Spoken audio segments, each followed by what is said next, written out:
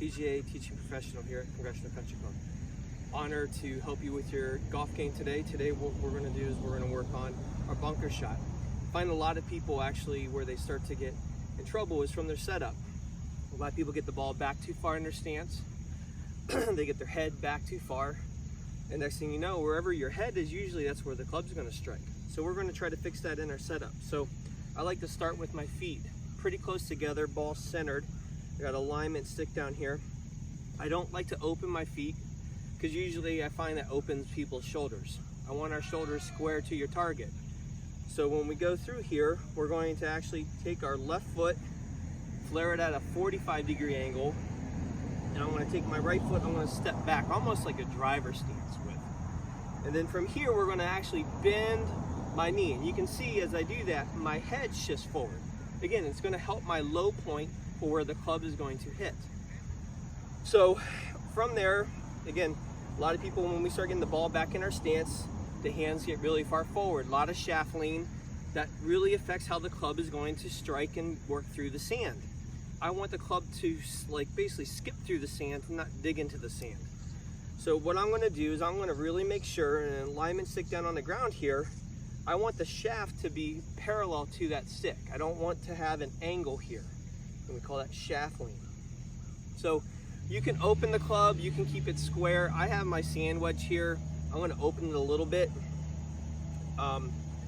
But big thing is when we start making our swing, we want to make sure that the club doesn't go too steep and doesn't get too inside and get too shallow.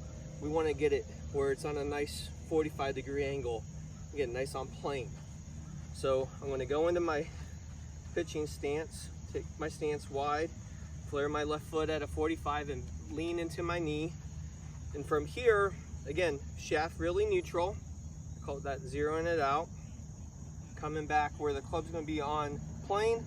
And I'm honestly kind of throwing the club like a little bit of a cast. And I want to try to strike the ball in the sand right behind the ball. So again, we're going to give this a whirl. Here.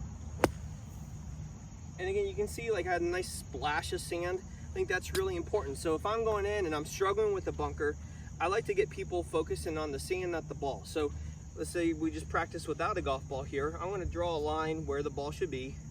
And I want to try to just make sure I get enough sand on the green, because if I get sand on the green, usually the ball is going to get on the green. So again, so I'm going to go into my stance, flare my left foot, lean into my knee, keeping my head centered, shaft is centered.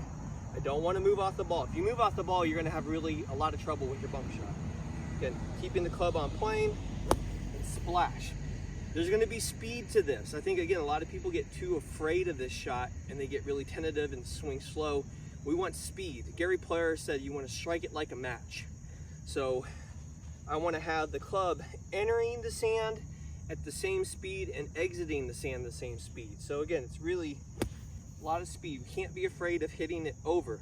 My setup should really help that, where I'm not going to hit a shot over the green, as long as there's enough sand in your bunker. So hopefully this is helpful for your bunker shot. Help get you out that first time, get you on the green so you can get to your first putt. Thanks again for everything you guys have done. Really appreciate it. It's been an honor to help you guys out with your golf game. Hopefully next time we can do it in person.